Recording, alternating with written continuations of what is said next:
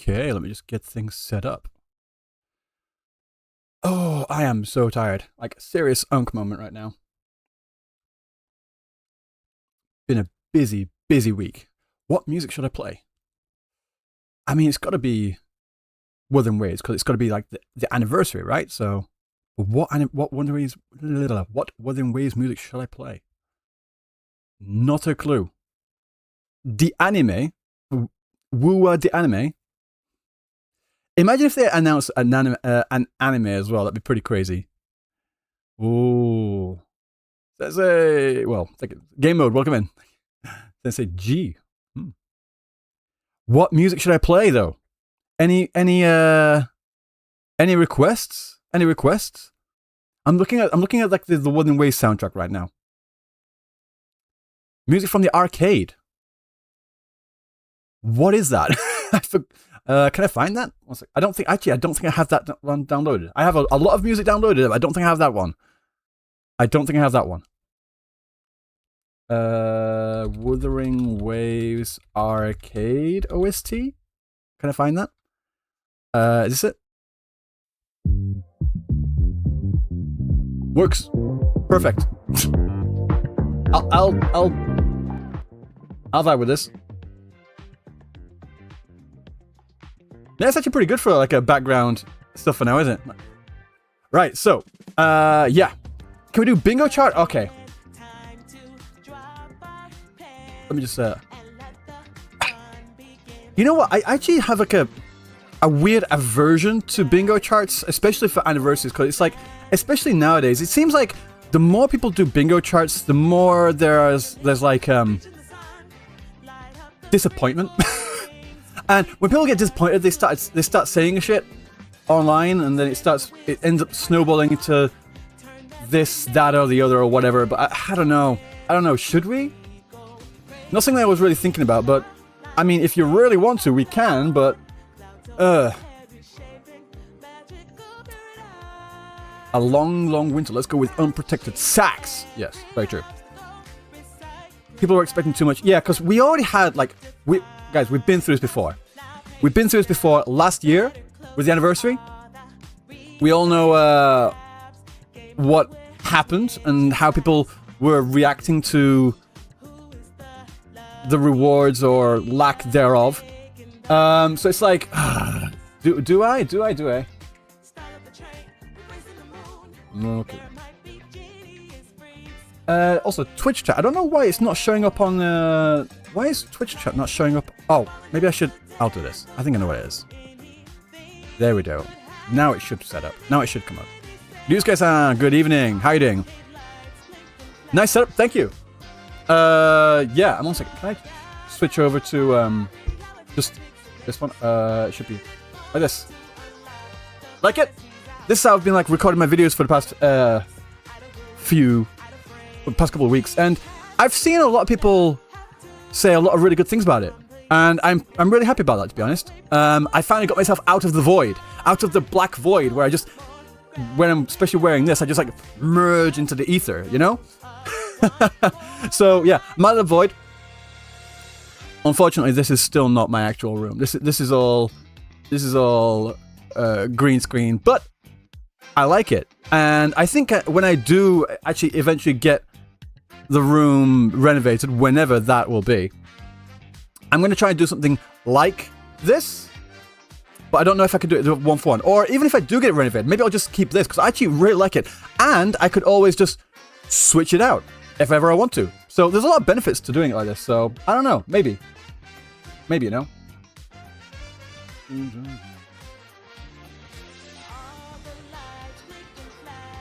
Oh, this one, there you go, it's better. Green screen. Yeah. I've been trying to upgrade everything across the board. Like, I've got another light down here. So, like, 1 second. So, can you really tell? There's, like, a little bit of light here. 1 second. Just, like, around here, just to give me a bit more separation. So, 1 second. Yeah, you can see a little bit of light there. If I could... have a remote control. Can I just like switch these batteries out, and that way I can like switch it up from here? Anyway, so there's a bit light down there for a bit more separation. This big light that I've had here for a while. I've upgraded the camera. I was using this old webcam for like the longest time. Good webcam, but still, it's an old one. Not the best quality. 1080p, best. And so I switched out my camera from my DSLR, hooked it up, paid for a subscription so I can use the full capabilities of my DSLR, because Canon says fuck you. Because we all know what Japanese companies are like, you know? So yeah. Paid that subscription, got that. Also, I got a teleprompter.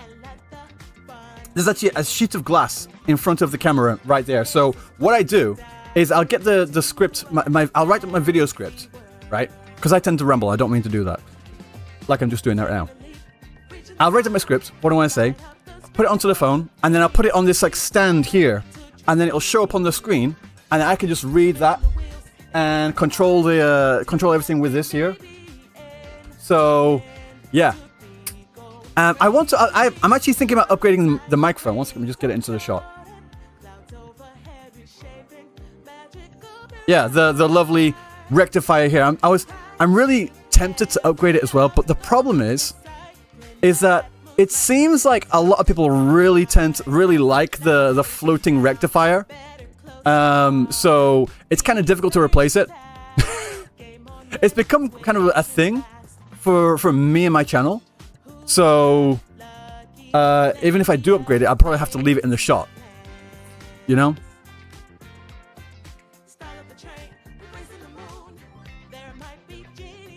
Okay, so Elgato. No, this is not Elgato. No, it's the newer. Newer came out of nowhere, really. Like, they were like the cheap knockoff Chinese company, and then they just started bringing out more and more good stuff. They're kind of like Anchor in that sense, where they were just the cheap stuff you find on Amazon. They just got better and better, and now they're making like really decently high grade stuff. So yeah. Kabagi, welcome in. I showed a friend of mine your latest video, and his first question was about the floating mic. Yeah, everyone loves it. Like, how is this a mic? Shall I just peel back the curtain and show you the magic trick? Okay.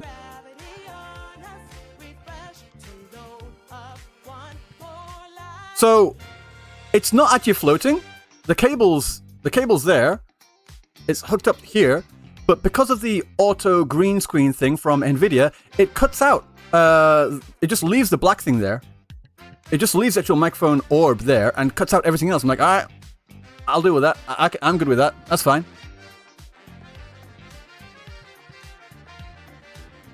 So if it works, yeah. I clearly have a rectifier, but I'm gonna be Gauntlet, the first 2-star resonator in Wuthering Waves. Gauntlet. You know? Yeah. Pay sub for an already paid camera. Yeah, it's like the camera's paid for, but I have to pay for the ability to use my camera as a webcam. Like, I can use the free version, but it's limited to 720p. Like, if it was a case of pay for 4K, I don't like that either, but I can kind of understand it. But no, you have the free version is 720p. The paid version is 1080p. I'm like, great, cool, lovely. Yeah, again, typical Japanese companies, they like to have a stranglehold of fucking everything. Like, it's my camera, I should be able to use it how I want. But apparently there's no one programmed a cracked version of the Canon interface system. It's really weird. I don't know. So, yeah. It reminds me of the old Japs. I can see that. You know what? I can see that. Yeah. The old Jacksepticeye. Speaking of him, he's making a live-action Bloodborne movie. Did you know that? Did you know that Jacksepticeye is like, I think is the producer? I think he's the producer, not the director. He's producing an actual full-on live-action Bloodborne movie. I hope he does it well. I hope he does well. Because we all know like how beloved Bloodborne is. You know?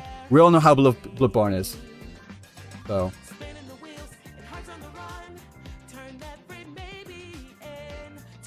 It's an animated movie. Oh, is it? Oh, it's animated, not live action. Oh, I didn't know that. Okay. Oh, okay. That might be a bit easier, perhaps? I thought it was live action for some reason. I showed this friend of mine the video about the Japanese technical artist, and we both loved it and motivated us. Oh, great. I'm really glad you enjoyed that. It seems a lot of people really like that video. Yeah. I want to do more videos like that as well, like finding articles like that on Automaton or Famitsu or whatever, and making more videos like that as well. Not just about Wuthering Waves, but other stuff as well, like Enfield, NT. I've been trying to look for articles on Mongol Stardive. I want to make a video about that, about Mongol Stardive. I haven't seen all that much buzz about it in Japan, or maybe it's just my algorithm absolutely failing me.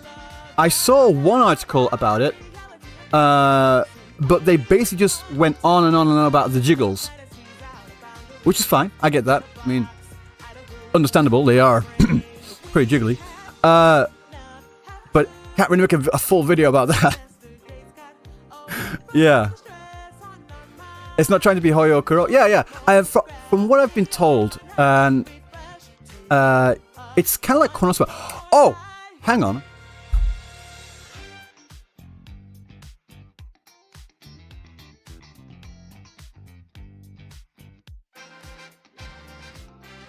Look what I have.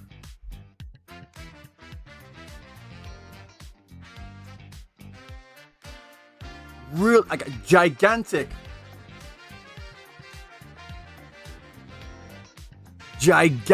like, this is soft as well, really soft, really cushy. Oh, I love it. It's just like feels so good. Yeah, so I got this from Tokyo Game Show last year. There was some smaller keychain versions as well, but yeah, I got this. My daughter loves it, so I just had to steal it from her bedroom because she sleeps with it, with all her other teddies and stuff. So I'm gonna go put it back. But like, yeah, I've got this. So yeah.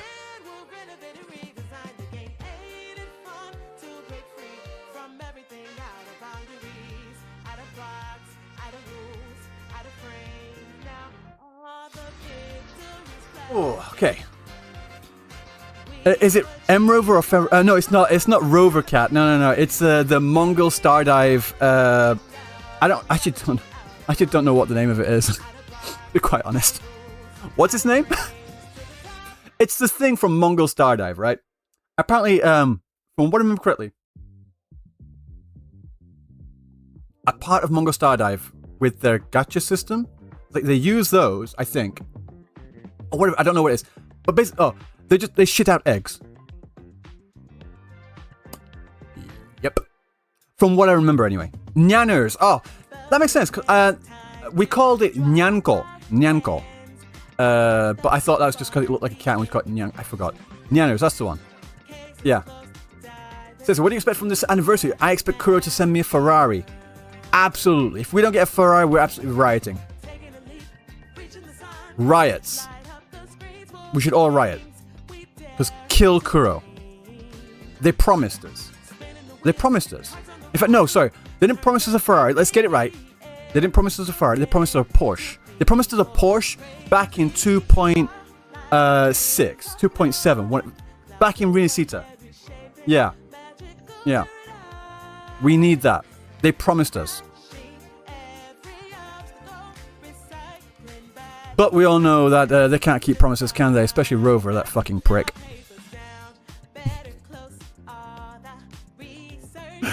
I'm just gonna refresh this. Maybe it's got the nope, no loading. Nope. So wait. Pero already got a Bugatti. And do you think there'll be a lot of Doom posting? Since Wuthering Waves CCs in general love taking shots at other games.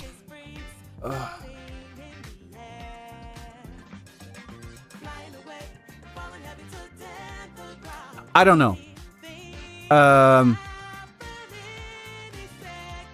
You guys might disagree with me on this. I don't know. from what I've seen, but keep in mind, I haven't been following all too closely. I don't really watch other CCs, like, at all, really. But from my feed on YouTube, I haven't seen all that much Doom posting from Wuthering Waves CCs in the past few months. I haven't seen all too much inter-community tribalism, with the express exception of one particular person. But like all the ones that you would typically expect to be all like the typical toxic tribalistic Wuthering Waves content creators, like you know what I'm talking about. You know who I'm talking about. I think they've chilled out. Honestly, I think a lot of them have chilled out quite significantly.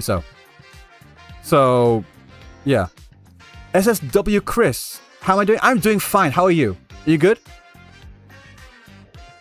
I hope everyone is doing really, really fine. So yeah, that's just, maybe I'm not as tuned in as some of you out there, but from what I've seen from the other CCs that I know of, I haven't seen anyone really taking pot shots at other games, other communities, other content. I haven't seen that.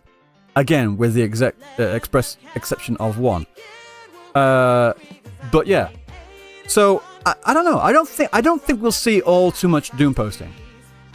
I hope not, anyway. No drama in gacha game. Life is good. I mean, yeah. I think a lot of people are just chilling out nowadays. There's so many games coming out. Like, this year is going to be absolutely packed. Right. On that note, I actually asked on Twitter as well. There's so many games coming out this year. Like, we've got NTE, got that live stream tomorrow, which I will be streaming for as well. I'll be watching that live stream tomorrow. So if you're interested in that, I'll be right here. So NTE, Silver Palace, rumored for this year as well. I'm not too sure how accurate those rumors are, but apparently sometime this year. Ananta at some point. I think, again, another one this year.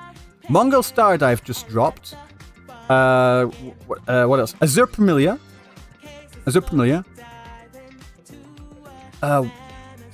What else is there? So many games. There's some other like more indie ones as well. I'm actually quite interested to test out as well. Like, there's this big, massive battleship type thing that was made by an indie developer. It's really pretty cool. But so many games coming out. Just in the gacha. Oh, Honor of King's World. That's not a gacha game, but the Honor of King's World looks really damn good. I want to play that as well. I want to play Honor of King. I still haven't played Where Winds Meet. I haven't even downloaded it yet. I still haven't even downloaded Where Winds Meet yet. I have not had the time. I barely have the time to like make videos and do the dailies for the gacha that I'm currently playing. As you all know, I play way too many gacha and have had a bit of a resurgence with Arknights recently as well. I wonder if where is it? I wonder if Pixel's in the chat yet, or maybe he's still asleep. Okay, Arknights, OG Arknights. Within 50 pulls, I got a penance, pretty decent. And then that was on the 20th pull. On the 40th pull, I got Promaxis. And on the 50th pull, the very next 10 pull, I got Silver Ash. So I got both. And they fucking break the game. They absolutely break the game. It's kind of crazy. We're doing Doom Post Bingo. It's really weird. I'm gonna say it's like for the 50th time. I am not a drama CC. I'm not a drama slop CC. I'm not a drama. I don't like covering. I don't like making drama content like at all. So even when it comes to this Doom posting stuff, I don't like doing that. And I still get lumped in with. I still see every now and then, like, it'll come up on Twitter or in a comment on YouTube or something that I'm a drama CC. I'm like, what the so confused. In what world? In what world?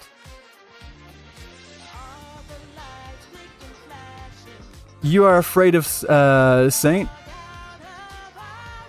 I'm the one that's been asking Saint to get in on a call since, was it August or September of last year?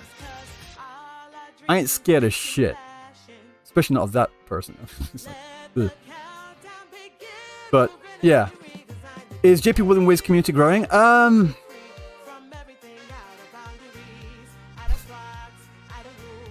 think in recent months with 3.1 specifically, there's been a big push and there's been a lot more. I've seen a lot more really big VTubers play Wuthering Waves, so I think it has been going in the past couple of months. Yeah. Not worth my time, just chilling. Yeah, I know. It's like I don't really follow that side of things. Like some people, like they'll tag me or like they'll send me a DM saying, "Oh, this was said" or whatever. I'm like, all right, I'll laugh at it because a lot of it's just fucking funny. I'll laugh at it, but because a lot of it is really fucking funny. But yeah, 7 minutes. We should have the. Okay. Okay.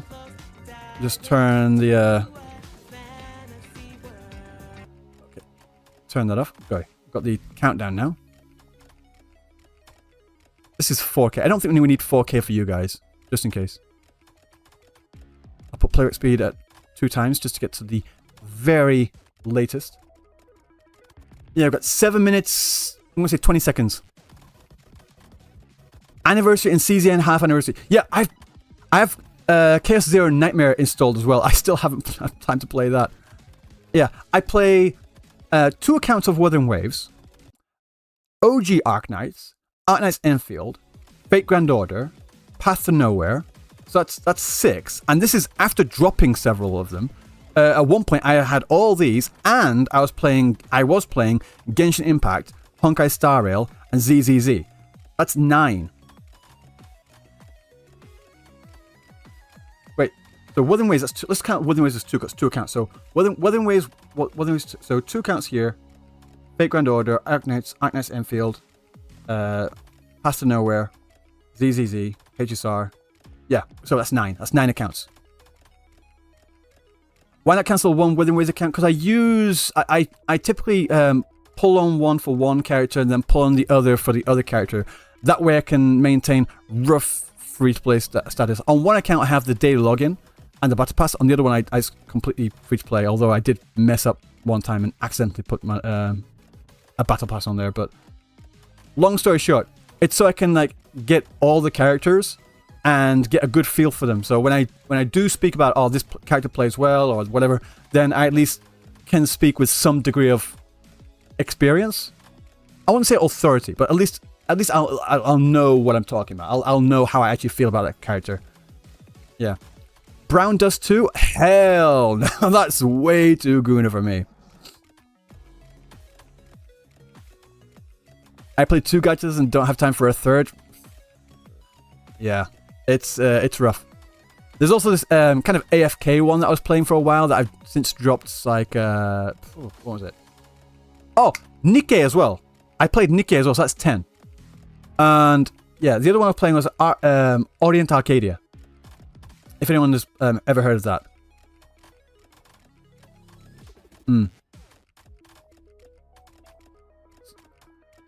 Pinball. You know, personally, instead of pinball, what they should have done, what they could have done, should I say, is they could have done the Monster Strike route. The Monster Strike route. Oh, if they'd done Monster Strike in Wuthering Waves, holy shit, that would have been so amazing. That would have been so good. Monster Strike's a lot more fun than pinball. Pinball's fun. Don't get me wrong. I like pinball, but personally, I think Monster Strike would have been a better fit because you actually like pulling back and it's a lot easier. Not easier, but a lot more fun, a lot more intuitive. I played Nikkei. I did play Nikkei. I don't play Nikkei anymore. I also dropped that. When was it? But again, I only dropped it because lack of time, really. lack of time. You really got all the characters in one on Wuthering Waves. I don't have one character, and that's because they didn't really vibe with me. Like, design-wise, I really like their animations in story. They're very expressive. But I didn't get Sigurika, and that was a choice. Not pulling Sigurika was a choice. So I have every character except Sigurika.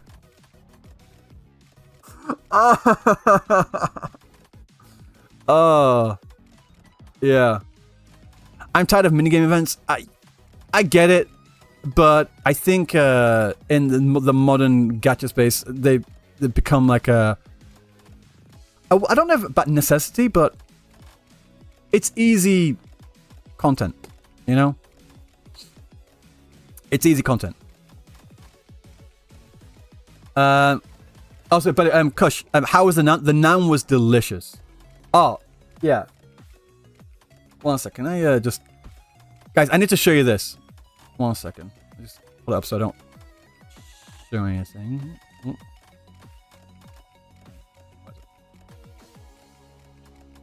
There's also something I'd like to make a comment on later at the end of the stream because it's fucking hilarious. What?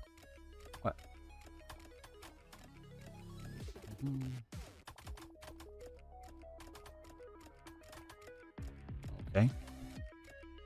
Got it. So... Oh, wait. Street Fighter movie. I saw the trailer for that. Looks really fun. And Justin Wong... You all know who Justin Wong is, right? Anyway. He made a quote retweet. This is not what I want to talk about, but yeah. He made a quote retweet saying, if Chun-Li gets parried by Ken, I am legit leaving for sure.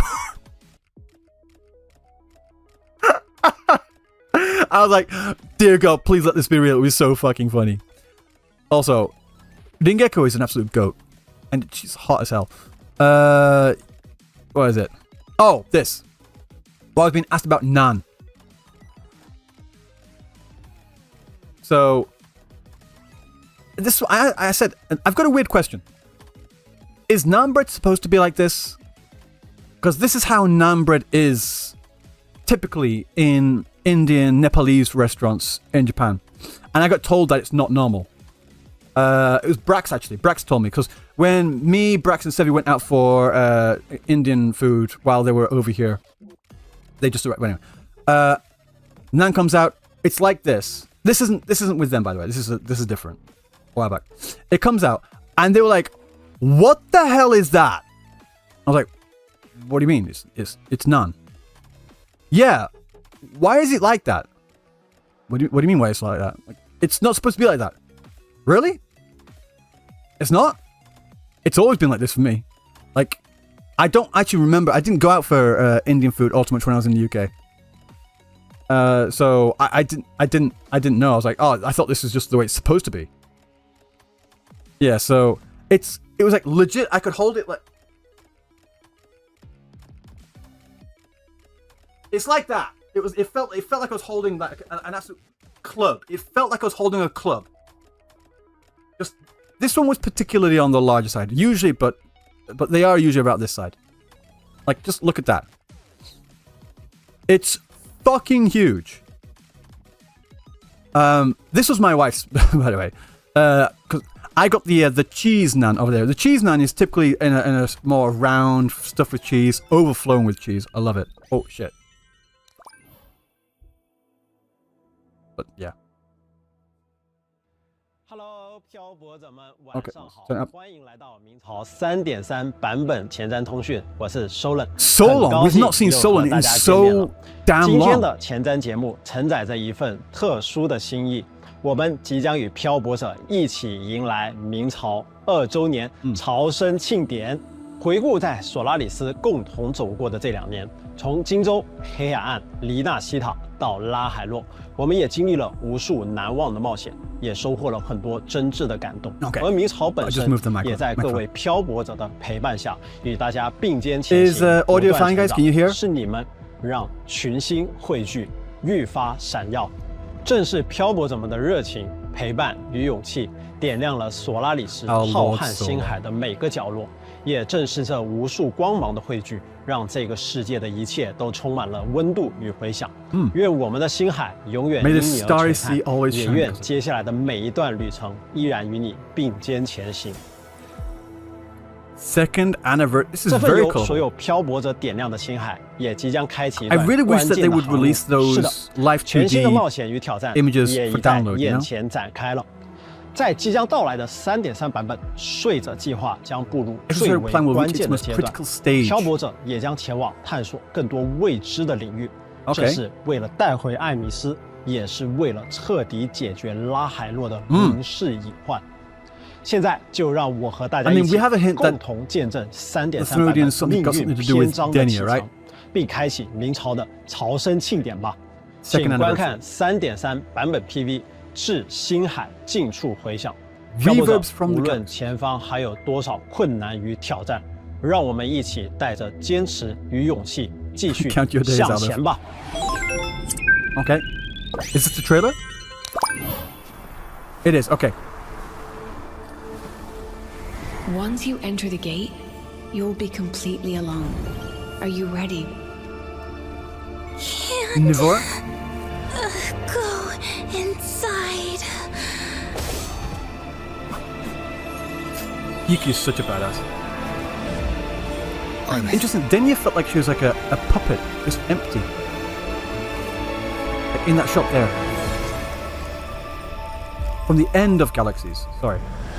Deep beneath Lahai Roy lies the keystone left behind by the Exostrider long ago. Both the Strider vein We got and the flight back. keystone are located in the Sol vein heartwood at They're its bringing back center. flight. Void matter reactivity is spiking. If Threnodian Aleph 1 breaks the seal, all of Solaris will be at risk.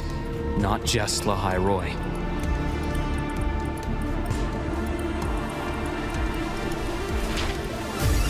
The white bird carries my power. Origami Should you birds, lose okay. yourself in the void matter, it will also guide you back.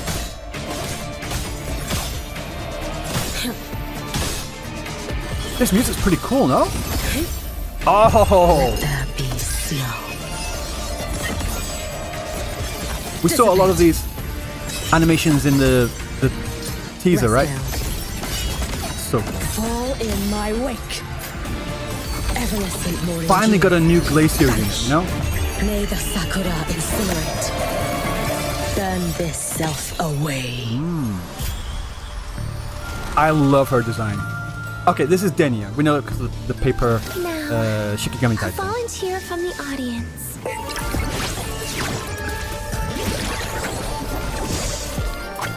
In you go. Please It's got like a kind of a French pity me. theme sounding to it. Devour. Like she feels a lot like a character you'd find in Renacita, no? Ashes to ashes.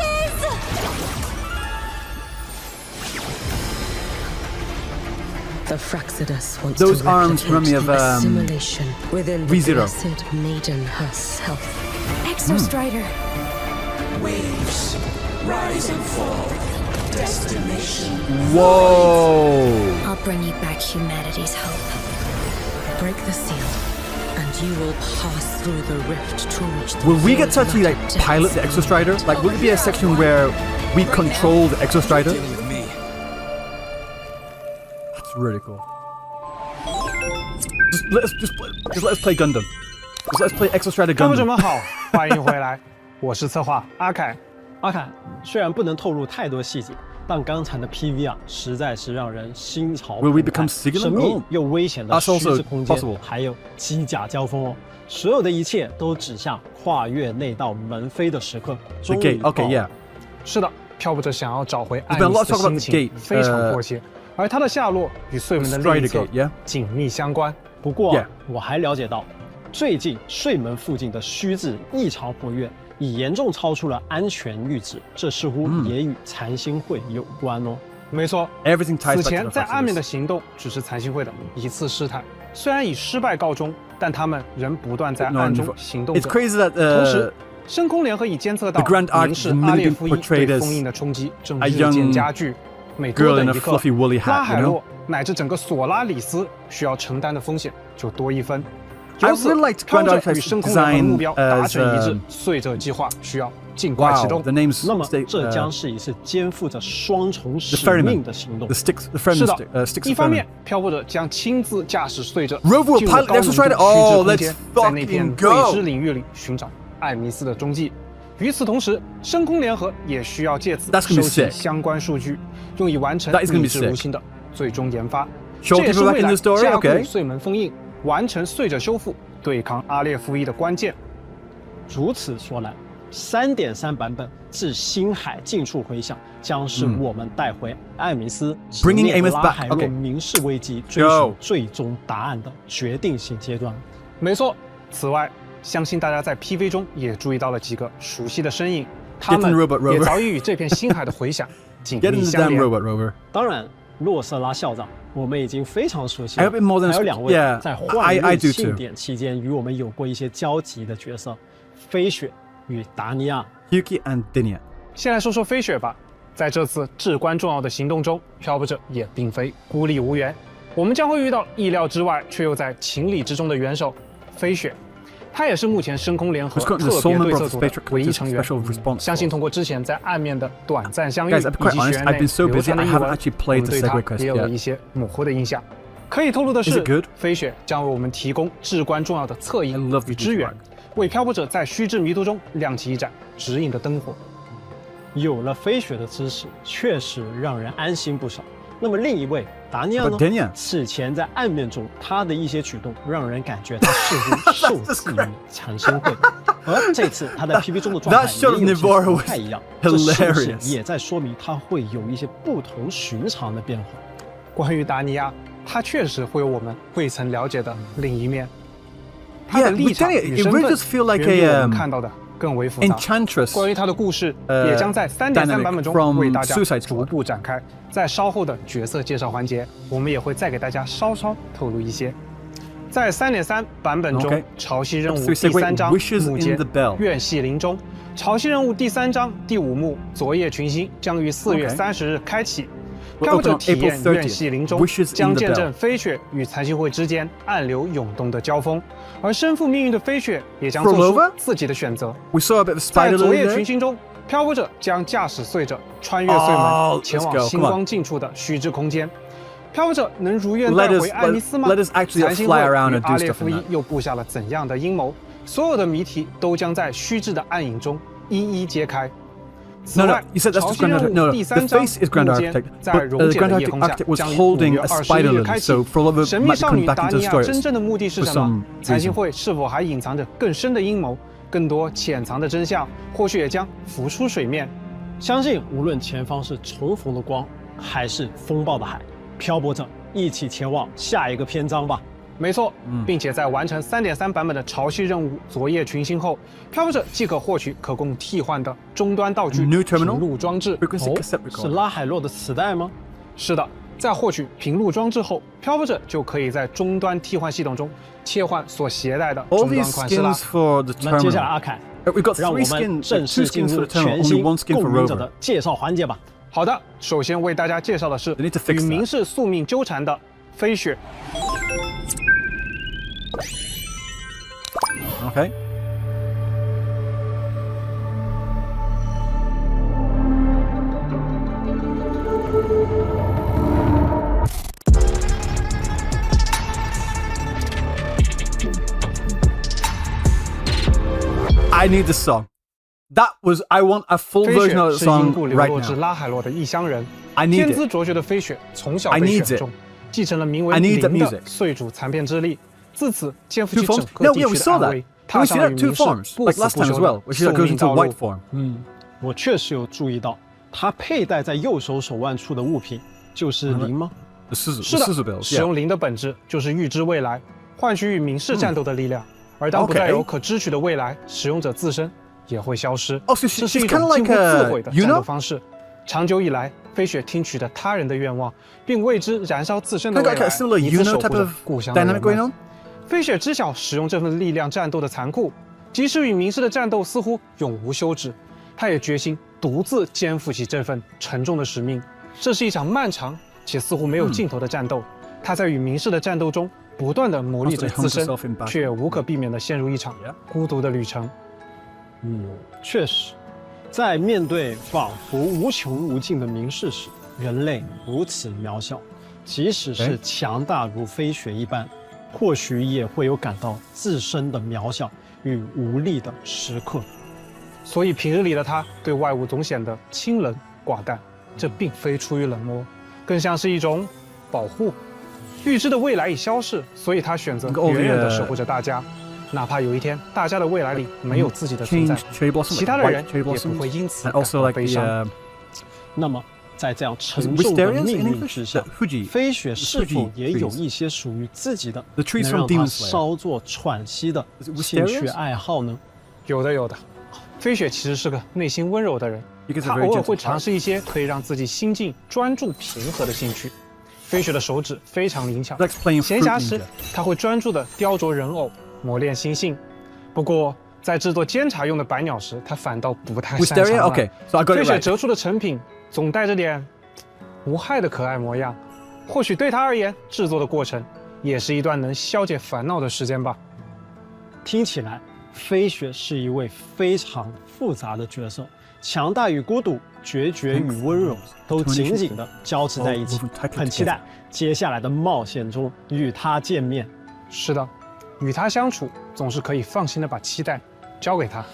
如果你在学院里见到飞雪，也请和他打个招呼哦。Don't forget to say 那 hello. 么也希望漂泊者们能通过即将展开的潮汐任务，更深入地走入他的故事。不过在战斗时，敌人看到的就是另外一回事了。他刀锋掠过之处，凛冽的寒意足以冻结一切。那么接下来，就让我们从飞雪战斗的姿态中，感受这份交织于力量与锋刃之间的压迫感吧。飞雪是一名冷凝属性的5星共鸣者，能够运用双剑效应，使用的武器是训刀。飞雪的战斗风格一如其人，如冰刃般纯粹和锋利。因长久与强大生物斗争锻炼出的战斗经验，让他对任何战斗都有着近乎绝对的掌控与自信。在战斗时，飞雪会使用到3把不同的刀，刀锋所至，花瓣纷飞。它还可以改变形态，凝结冰刃，在覆雪天地间展现不同的攻击姿态。当飞雪使用双刀攻击时，它身姿轻盈，刀锋在婉转间落下，招招制敌。特定条件下，刀可变为弓。他拉开弓弦，凝冰为剑，既有近身的凌厉，又有远攻的从容。飞雪的共鸣技能会让他在腾空后，以迅捷的身法突进到敌人身边，干脆利落的斩击。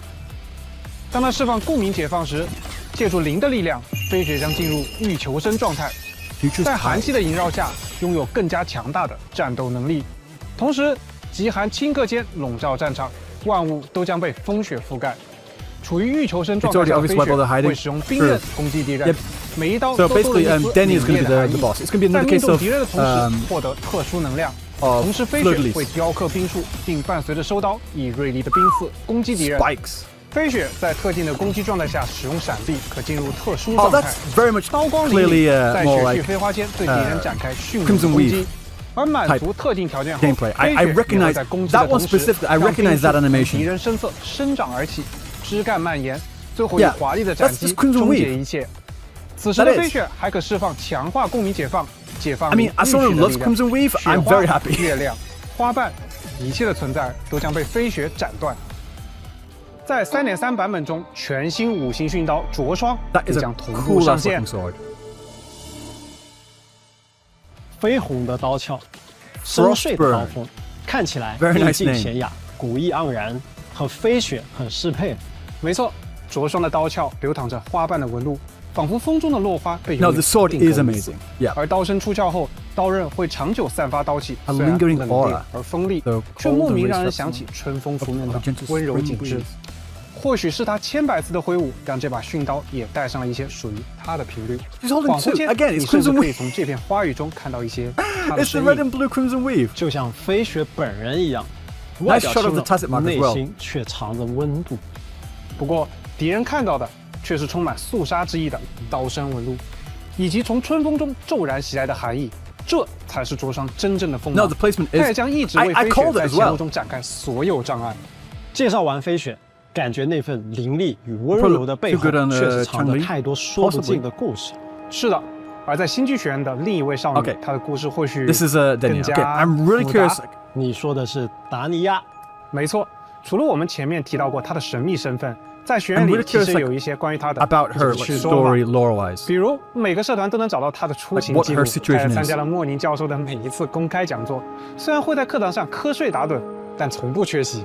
他是学分狂魔。Also, that flick on the nose is very reminiscent of the flick 就是在热闹的学院庆典遇见的。或许他只是喜欢待在人多的地方。当时在人群中的达尼亚总是乖巧伶俐、慵懒可爱，和每位同学都保持着良好的关系，也从不主动出风头。不过后来与禅心会的一些交集，又让人感觉他远没有看上去那么简单。是的，那么接下来就让我们把目光转向这位行走在明与暗之间的神秘少女达尼亚吧。Like the shackles and the collar, it feels like she has to work with them against her will. That's my theory.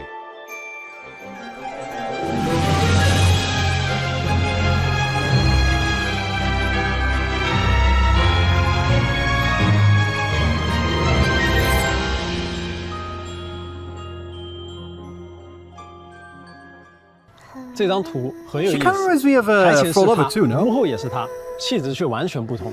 聚光灯下的达尼亚神态温和，而在幕后有着小恶魔般笑容的少女和悄然探出的手，也有带着一些难以言说的神秘感。这正是达尼亚最特别的地方，她可以是任何样子，只要你愿意相信。平日里的她总以乖巧可爱的形象示人，偶尔流露出一点狡黠的小恶魔气质。狡黠这个词用在达尼亚身上其实还挺贴切的。她的确机智聪明，又古灵精怪，但另一方面也说明了她很擅长察言观色，知道在不同的人面前其实要展示不同的样子。是的，她在学院里人缘很好，但内心藏着许多秘密的她，并没有办法对任何人敞开心扉。达尼亚偶尔还会漫不经心地摆弄着小指，她静静享受着这种掌控的感觉，像是在玩某种游戏。这些小动作和她平时给人的印象却不太一样，有一种是她又不是她的感觉。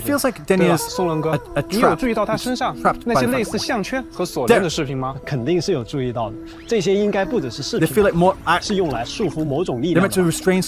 很敏锐。当束缚被解开，达尼亚会展露出截然不同的一面。她不再是那个时常瞌睡的女孩，她身上那些平时隐藏起来的存在，也将真正展现。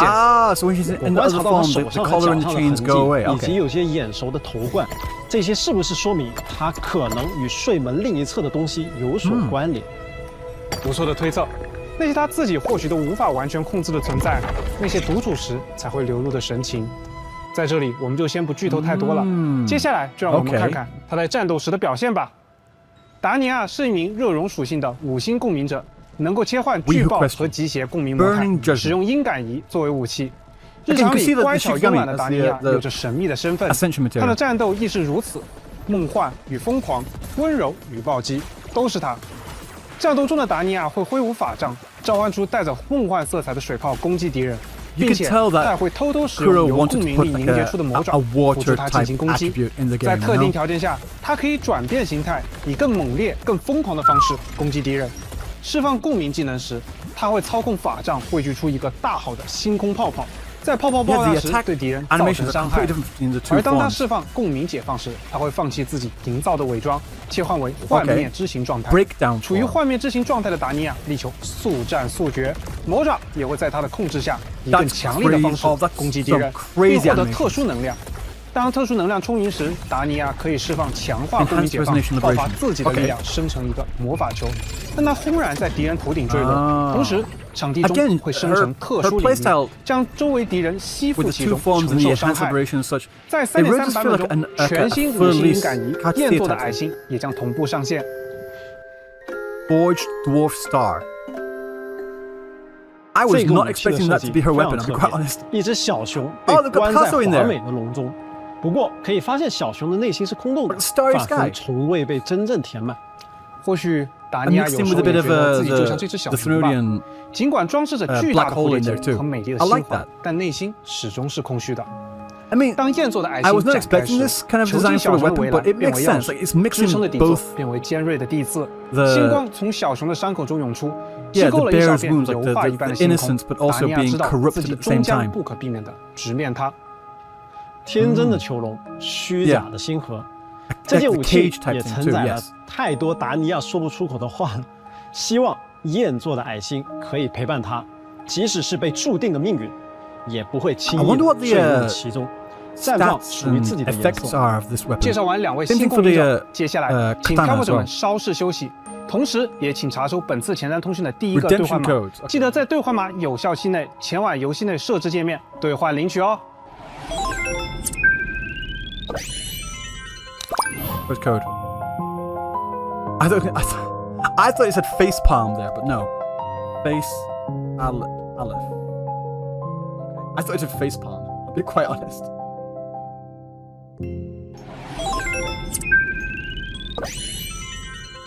Codes. Face Aleph. 漂泊者们，大家好呀！ Sorry. 好久不见，我是瓦策划。Hello， 大家好，我是策划 CC， 真是好久不见了。接下来我将和瓦策划一起给漂泊者们介绍下 3.3 版本即将开放的全新内容。好的，我们将在 3.3 版本开放全新地区暗源。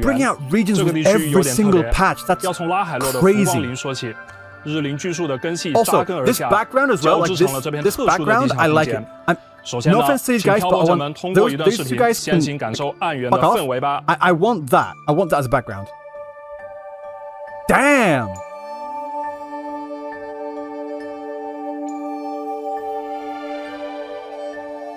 That's huge.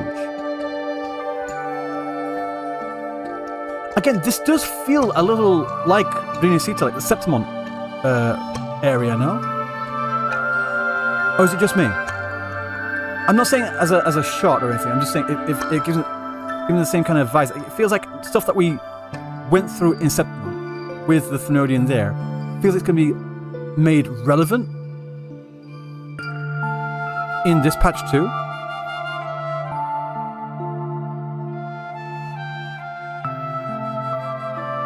Wow. Purple Septimon. Yeah. And again, I'm not saying that as a shot. This is incredibly beautiful.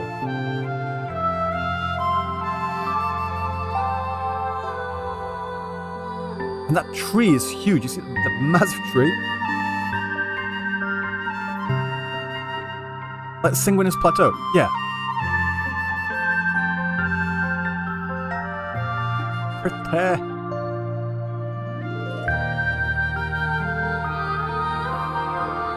Didn't we see a tree like that again? Also in Yuno's quest and also in Chisa's quest. No, they like that particular shape.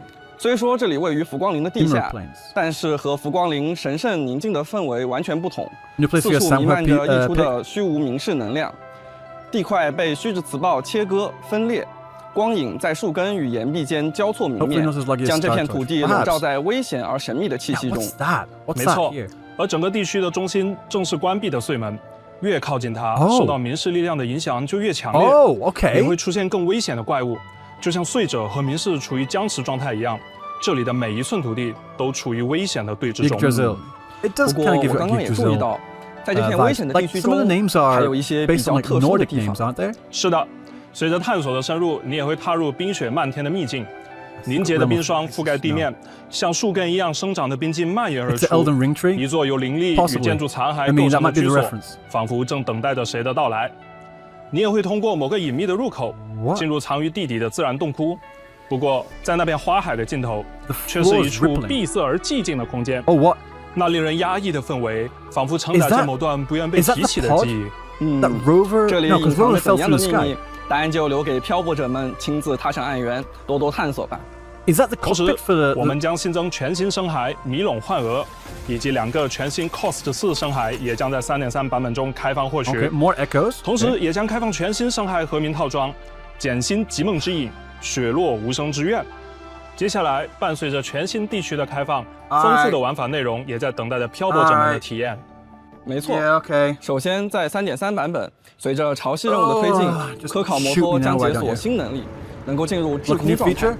此前，我们针对不同的环境地形，为科考摩托拓展了多种功能模块。现在，漂泊者在骑行至有一定高度落差的地形时，驶入空中即可手动切换至科考摩托滞空状态。通过消耗滞空能量，实现一定距离的跨越。同样的，科考摩托也会解锁新的滑翔策略模块。在该策略模块下，也会新增一套核心模块与作战模块。其中，蓄能飞跃核心模块可以解锁蓄能飞跃。通过长按海豚跳按键，可以释放蓄能飞跃，让摩托向上方垂直跳跃较大距离，从而快速进入滞空状态。或是在滞空状态下，主动抬升一定高度，翻越障碍物。蓄能飞跃可以间隔或连续的使用3次。摩托车落地后，渐次恢复使用次数。而蓄能回收核心模块可以使摩托车落地后第2、3次蓄能飞跃的冷却时间减少，让漂泊者更快地补充蓄能飞跃的使用次数。同时呢，装载高效推进器核心模块，可使处于滞空状态下的摩托进行冲刺所消耗的滞空能量降低。更多新增模块的效果，就等漂泊者亲自体验啦。好的，刚刚我们为漂泊者介绍了3.3版本对于科考摩托的拓展，对此我们也设计了更多摩托车相关的玩法。没错。首先，针对新解锁的滑翔能力，我们设计了更加丰富的滑翔赛道。赛道的设计也极具操作感，漂泊者可以在高速飞行与俯冲中体验不一样的乐趣。同时呢，在固定赛道中，我们也融入了更多玩法。漂泊者可以沿着指定赛道，克服赛道中的所有障碍，获取积分。值得一提的是呢，在部分赛道中，漂泊者还将以不同的视角驾驶科考摩托，越过重重障碍，向着终点进发吧。而想要更自由驾驶的漂泊者，还可以在特技赛道里大显身手。这里没有路线的束缚，你可以尽情发挥，通过拾取赛道各处的道具获取积分，达成目标积分即可完成挑战。听起来还蛮过瘾的。希望漂泊者们能在这些玩法里展示驾驶技巧，跑出自己的风格。哎，说起来，华策划，拉海洛的路你都修完了吗？当然，看着自己亲自参与建设的路网在拉海洛延伸开来，我们也成为了这片地区开发的见证者与参与者，还挺有成就感的呢。是的，是的。在3.3版本更新后，伴随着全新地区的开放，星际学院也将与罗伊族联合进驻暗源，对这片多年来近乎与外界隔绝的密地展开全面科考。所以这次我们即将投身科考工作。不过看暗源的氛围，这次应该与生态修复有关。没错，在全新的勘探悖论之域玩法中，漂泊者们将参与到生态研究建设的进程中来。在暗源，4棵虚实古代乔木正在培育。漂泊者首先需要清除乔木附近的异常，完成前置准备工作。通过完成对应岛屿推荐的相关任务及玩法，可以让乔木生长。完成虚实古代乔木的培育，即可获得稀缺研究范本折光果，将其交付给勘探基站，就能带动基站扩建，推进科考进程。随着你的交付进展，基站的场景和周围的生态会逐渐的繁荣起来。看自己亲自参与建设的成果，让这片曾被虚掷侵蚀的土地焕发生机。参与活动，漂泊者们可以获得科考摩托涂装、光驰向更深处、头像、旧路、青春等奖励。同时，在暗源某些地区还分布着名为助光仪的装置，漂泊者可通过启动助光仪，操纵旋转几何块体，让几何块体的阴影与标准图案重合。当光影交叠时，即可打开隐藏于此的山洞，里面藏着什么，就等待着你亲自去发现啦。还有一个充满挑战的玩法等待着大家体验哦。通过星轨接机，漂泊者将进入一个方块世界。在这里，不同形状的块体会根据你的位置不断下落，你需要不断移动，既要躲避它们，又要通过填满一行或多行才能消除，为自己争取更多的生存空间。在不断下落的方块世界中坚持足够久的时间，即可完成挑战，领取互动奖励。不只是单纯的躲避，还要一边跑一边思考怎么腾出更多空间，还挺有意思的。对了，在3.3版本更新后，漂泊者还可以使用日灵能量激活散落在地块上的碎褶零件，从而开启不同的互动体验。比如，在激活明光元件后，能量会展开能量光片，在空中铺出可以行走的区域，漂泊者可以踏光而行，在这片空中区域自由移动。而激活明光束流器后，碎者的能量会被转移并激发出来，转化为凝聚态的光束发射出去，用来击破遭受虚之浸染的机关。还有一种明光元件，激活后可以依靠碎者的力量驱散附近饱受虚之侵蚀的草木。玩法很丰富呢，感觉这些小小的机关藏着大大的可能性。欢迎感兴趣的漂泊者们在更新后亲自来体验。是的，并且部分任务也将为漂泊者带来全新的玩法体验。在微型任务完美飞行日中，漂泊者将与西格丽卡、日灵一起，跟随一片发光的羽毛深入古老的神秘遗迹，看沉睡的风景被唤醒，感受自然的呼吸。完成任务即可获得意象共鸣回响、灌顶苍隼。而在微型任务破碎暗源之心中，赫里厄斯的原型机竟现身在暗源，我们将在日灵的帮助下修复并重启它，解决这里的虚质污染问题。当森林重焕生机的那一刻，光明也将再次照亮这片土地。哎，我刚刚还看到了莫宁的身影，他也会出现在任务中吗？是的，莫宁会前来协助，并且这次还有一个关于日灵的小彩蛋哦，等漂泊者亲自在任务中发现吧。此外，在 3.3 版本更新后，明朝也将上线饰品外观系统，漂泊者可在饰品系统里为拥有饰品的共鸣者穿戴与更换饰品。好的，现在给漂泊者们送上本次前瞻通讯的第2个兑换码，请在兑换码有效期间内及时进入游戏兑换领取。稍后呢，我们将给大家带来新版本的活动与系统优化相关内容。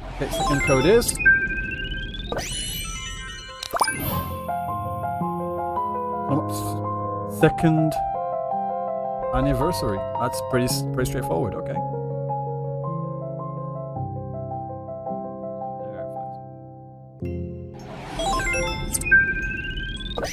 Okay. 漂泊者们，欢迎回来。首先，给大家带来 3.3 版本角色和武器换取的具体信息吧。如冰刃般锋利，如雪般清冽。This music is so good. 五星共鸣者飞雪的活动换取，血色锁印千般未来， What is good? 将会在 3.3 版本更新后开启。同时，五星共鸣者莫尼活动换取， makes sense. 纵使星光于无穷远。五星共鸣者有活动换取，鳗鱼银缺石 Oh, Yuno's back on the rerun. Okay. Yuno is, in my opinion, Yuno is one of the best characters to have in the game. Like, she's a fantastic all-rounder. All the reasons why I like Jian Xin, Yuno can do it as well, and probably better, basically. 在以上活动换取结束后， Okay, and then there's Denia's banner, Tishia, Wuthering, and also Yang Yang. 活动换取于明日以谎言将会开启。五星共鸣者千笑的活动换取，鼠目一线之间。五星共鸣者弗洛洛的活动换取， Okay, a lot of reruns. 也将同步开启。全新五星音感仪， one new character and 2 reruns. I mean, that's fine. I don't mind that. 弹切 I've seen a lot of people like get really like tilted about that. I don't understand why. 也将同期开启。